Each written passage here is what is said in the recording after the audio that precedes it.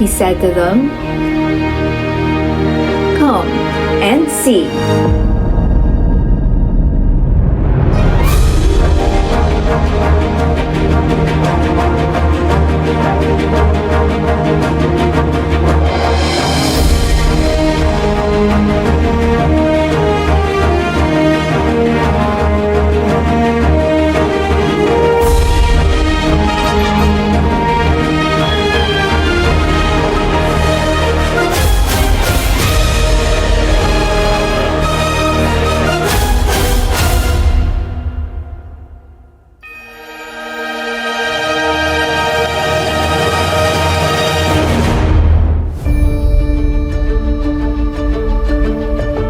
There is very important reason and purpose why so many people are gathered here.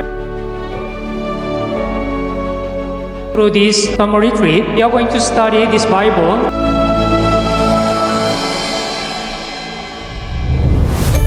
together.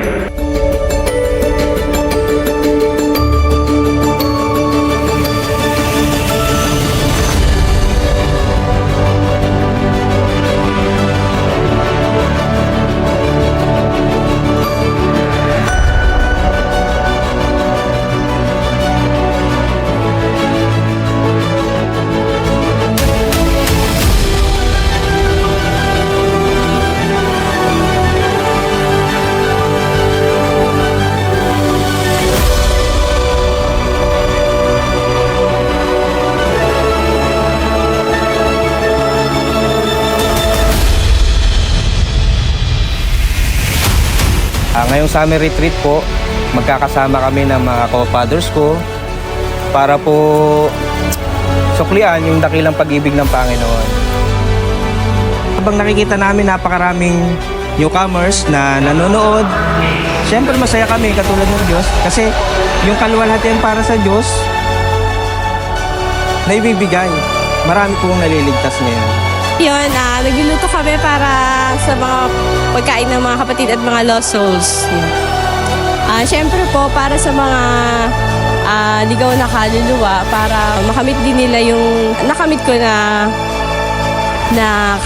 tunay na kaligtasan. Gusto ko maranasan din nila yun at makamit din nila yun.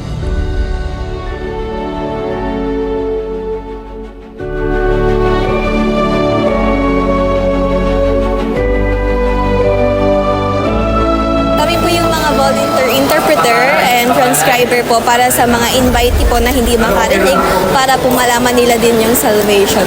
Yung purpose po ng Deaf Mission Team ay ipahayag yung ebanghelyo sa mga hindi nakakarinig at magkaroon din po sila ng kaligtasan. Balang araw magkaroon din po ng Philippine Life Word Mission, Deaf Mission Team at marami pong mga deaf na mga tao na maligtas pa at nawa po ay lumago din sila sa Christian life.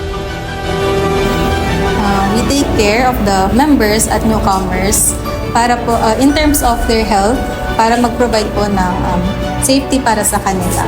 Para po makapakinig sila ng maayos sa gospel at para sa ating members na para makapag-serve po ng mas maayos.